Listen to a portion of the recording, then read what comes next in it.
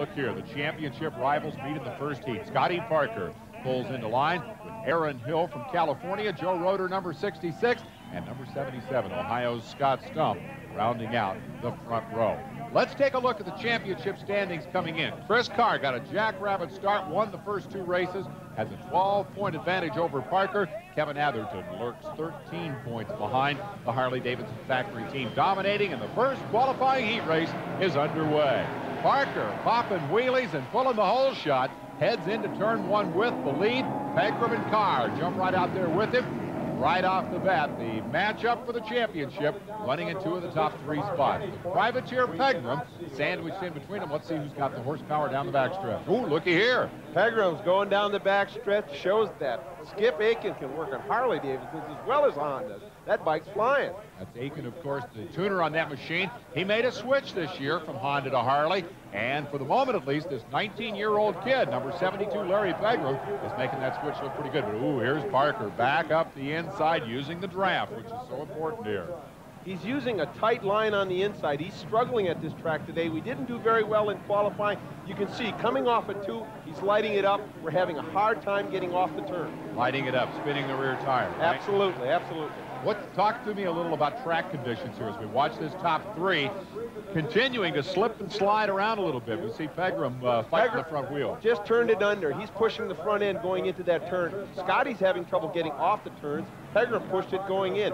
It's a normal San Jose track, very slippery. We had a hard time adapting today. Pegram, just 19 years old, won his first race last year as a rookie. Feels the heat as Parker comes by on the inside. Carr lurking back there, hasn't made a move out of 3rd. Is he content at this moment to just size those 2 guys up, or are they just flat beating him? I think he's waiting for his tires to heat up. He doesn't want to press too hard too early. Carr traditionally just lurks in the shadows. He rolls through the outside of the turn. He's a master at getting off slow corners. Parker getting away a little bit here. Corner speed, one of his strongest suits. You've said it over and over again, and you saw how he opened the gap there between himself and Pegram, right in the meat of the corner, and that's Carr's cue to go. He opens up the tap, comes around Pegram, doesn't want to let his teammate and rival get away. Chris Carr has taken the lead from his teammate Scott Parker as they shoot it out for a heat race victory here. Remember, this is just the first of the 10-lap qualifying races leading to the big 25-mile main event here today.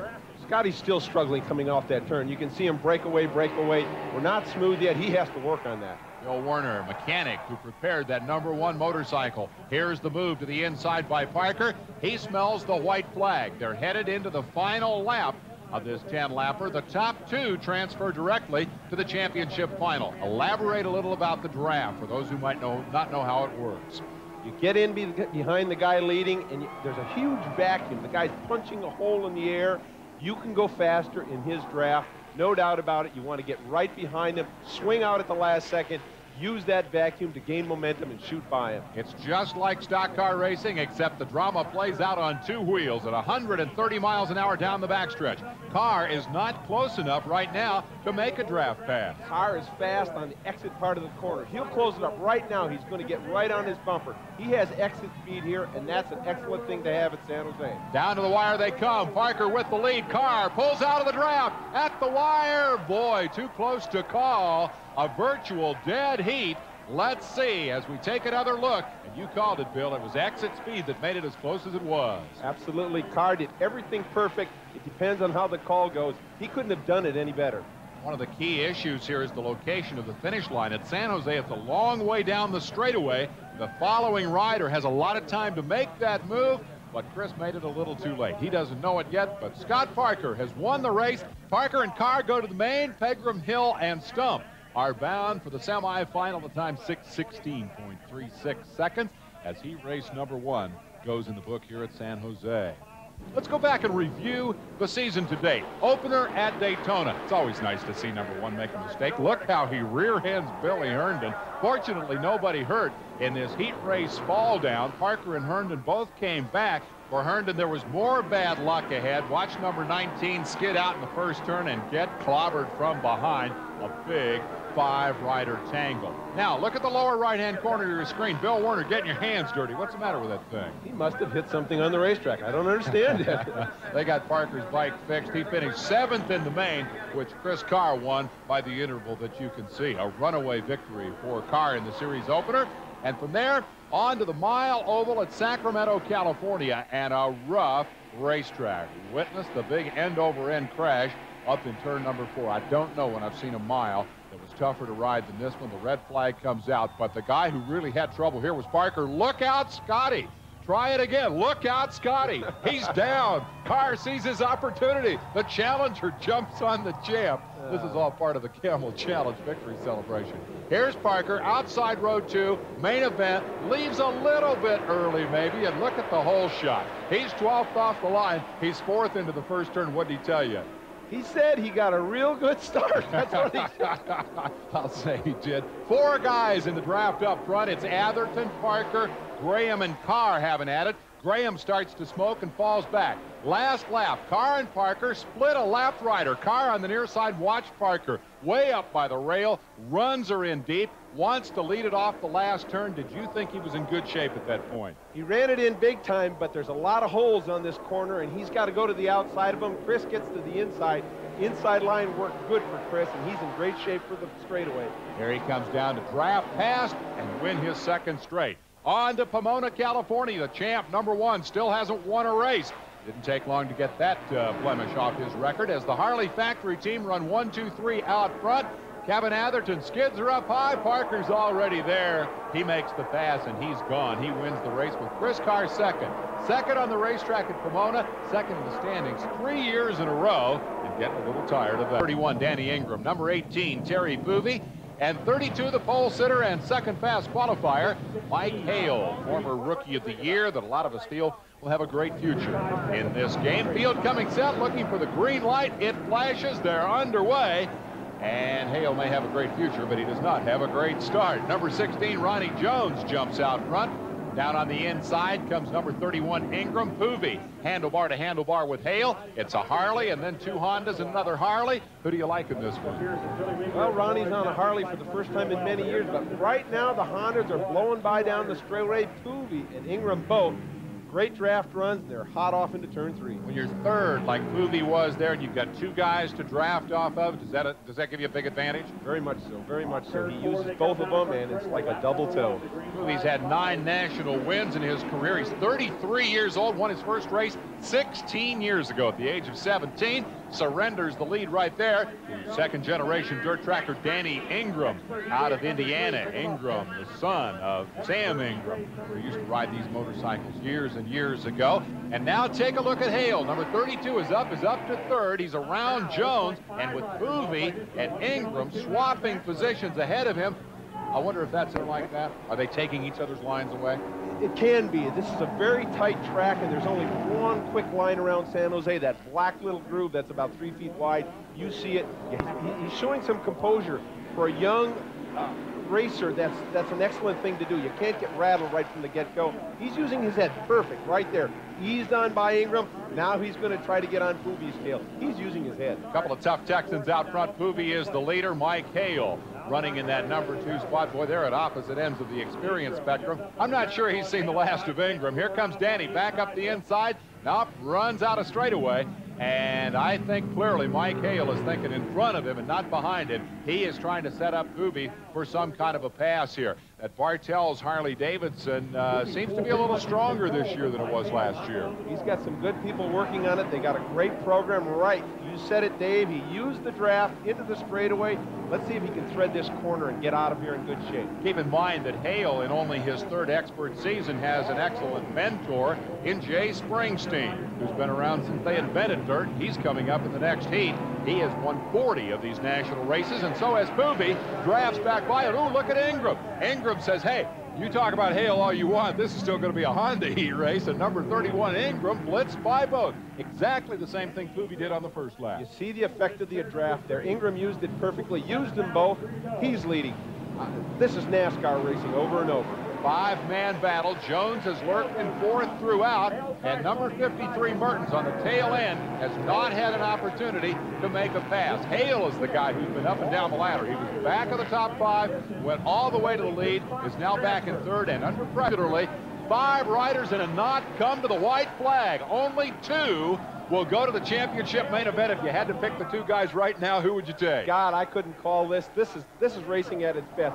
Whoa, there's a little bump there. Ingram got into the back of the 32 machine of Mike Hale, and that's going to decide it, I think, because he was right in front of the other 2 guys. Correct. It gives him a little breathing room. Hale's going to use that. Now, is Jones going to have enough room to get back at him? Hale got a break there. That little incidental touch gave him room. Ronnie's going to come back at him. He's creeping up there. It's going to be called right at the line. Let's see how it goes. I don't think he's going to be close enough. Now, Hale holds him off. Jones didn't get enough drive off the corner. Look at the highlights. Kevin Atherton of the Harley Factory team up against Ricky Graham, who really looks strong this year. He's showing the brilliance that he's shown in the past. He's got it together this year. He's committed. 2-time national champion when he rode for Team Honda.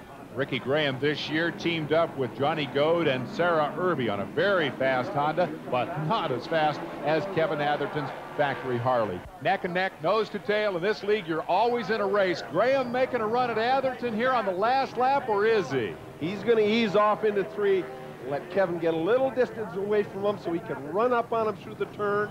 He doesn't want, he is. I think he's a little too close. If you're too close coming off this corner, you got to get to the side and you're out of the draft. Well, this race was close. Look at Atherton holding on to win it by about the width of the front tire. Atherton and Graham are bound for the main event. Dave Camel, Will Davis, and Chris Kaiser will be in the semifinals.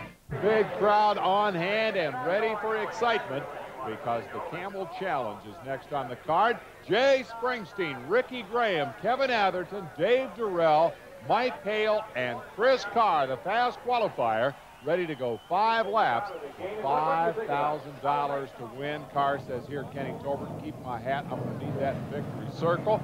Where is Scott Parker?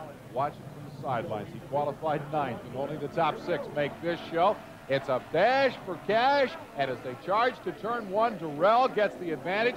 Nice to weigh 120 pounds when you're looking for a hole shot. Power to weight, he's the guy everybody's dreaming about. He's got the perfect body. He's also got a bad shoulder that's been giving him difficulty. It pops out on him periodically. Let's hope it doesn't do it here. Graham comes up the inside, drafts into the lead. Carr is 3rd. Mike Hale is 4th. Not a lot of time to set up your strategy here. You got to get on the gas, get it figured out, and get it done in a hurry. He's a charger. He goes from lap 1. He wants some of that $5,000 Camel money, and he's hustling.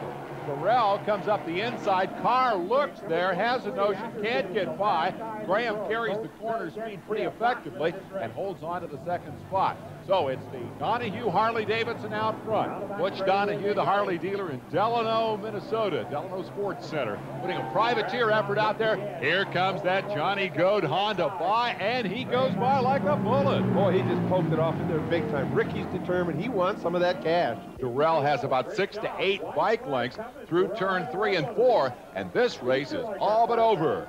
Note that Kevin Atherton, who beat Ricky Graham in the heat race, is nowhere in sight. He is way off the pace here. That's just how fickle this racetrack is. 1 minute, everything's working great. The next minute, it's just not. Jay Springsteen out back. Mike Hale is 4th. Up front, it's Dave Durrell, a half-mile away from a $5,000 paycheck. He's tucked in, hugging the gas tank, getting out of that slipstream, and I guarantee you, wondering if they're going to come take a shot at him here. He's just got to be wondering, when are they coming? When are they coming? There's got to be butterflies going through his head, his mind, his belly, everything. He's just counting the dollars coming up. There's nobody coming, Dave. You're all by yourself out there. He wins it over Graham. Carr settles for 3rd. 17 riders to go, 25 laps at the Santa Clara County Fairgrounds, and we're underway. Ricky Graham gets a great break. Mike Hale comes back alongside, but the first man to turn 1 will be number 1 as Scotty Parker gets the great break, and Bill Werner's eyes light up. You love to be out front. He's learning the drill. Easy on the clutch. The guy's, he's going to make a racer out of himself yet. Scott Parker challenged by Ricky Graham up the inside. Here comes Hale to make it a 3-rider race early on. Typically at San Jose, it's hack racing. big groups of riders swapping that lead back and forth. Graham sets the pace early. Parker, of all the guys in this field, is the one man who's shown the ability to break the draft and get away. Here he comes up the inside to lead lap 1, but it remains a tight battle. Springsteen with a great early start runs 4th. Chris Carr is back in 5th spot. Kevin Atherton rides 6th. 3 of the top 6 riders mounted on the factory Harley-Davidsons that have dominated this sport for years. Graham's got to feel like a little bit of an underdog in this pack. Well, he knows he's surrounded by a bunch of Harleys, and he's going to do everything he can to upset this group. He takes the lead from Parker as they run turn 3 on lap number 2.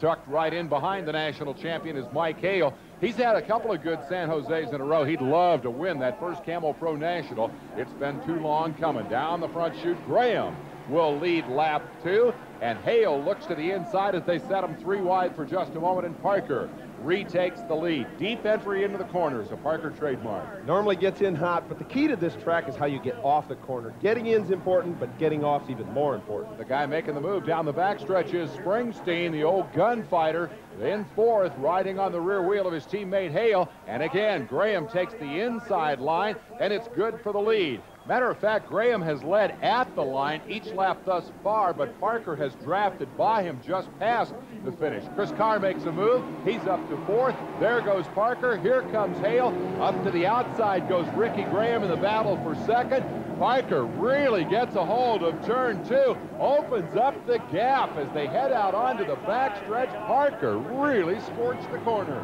Chris Carr, number 20, Ricky Graham, number 3, and Kevin Atherton, number 23, all hooked up in a scuffle. But it is a scuffle for 2nd place because Scott Parker has broken away. Behind the top 3 come Dave Durrell and Larry Pegram, and they're trying to close it up. But this is the focus of the race right now. Graham on the Honda, and Carr, and Carr is into the dirt. I don't know how he saved it. Here comes Graham up the inside. Bill Werner's heart stops for a moment. Out front, Parker isn't scared of anybody. He has opened up an incredible gap. Look at the lead, and it all started with that blitz move that he put on about 5 laps ago. Scotty is out just riding on the cruise control. Look how relaxed he is on the seat. You can tell he's going fast. He goes the fastest when he's not working. The toughest races he has are the ones for 10th place. And so out front, Parker on the cruise control.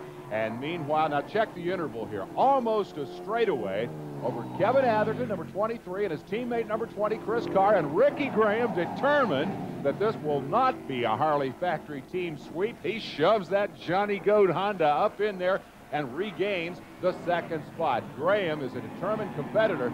72 is Pegram, and just behind him, number 58, Durrell. Neither has been able to get up there and make a pass in this lead pack. Now, Carr looks like he might be trying to get away from Graham. Carr's trying to do just exactly that. I'm surprised by Durrell. He made that Camel Challenge look easy.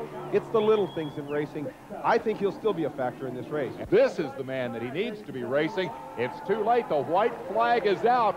1 lap to go. Scott Parker will blitz him by a straightaway, but what a battle this is going to be for 2nd spot. Inside goes Graham. There's 3, possibly 4 players on this lap that still have a shot at it. And I wouldn't count out Durrell either. Anything can happen on the last lap. Position is everything. Here they come down the backstretch. Final time. Ricky Graham has 2nd spot. Chris Carr wants it. Graham lets him go by. Here comes Atherton, blitzing up the inside. Atherton gets in front of Graham. I guarantee you that fouled up a Ricky Graham strategy. That may be the key move in the race for 2nd spot as Carr comes off the corner. Parker takes his 7th straight San Jose checkered flag. Here's the run to 2nd spot. Atherton gets around Carr at the finish line. An unbelievable run to the checker will leave Carr in 3rd spot, and I believe Graham settled for 4th. Scott Parker has won a 7th consecutive San Jose mile, and you gotta be ends a 5-rider battle with his 7th Springfield win. The reigning series champ ties Graham for career Springfield victories. Today, the bikes are back at the Illinois State Fairgrounds. Graham and Parker, the dominant riders in the history of the track, are set to battle for the title, Mr. Springfield.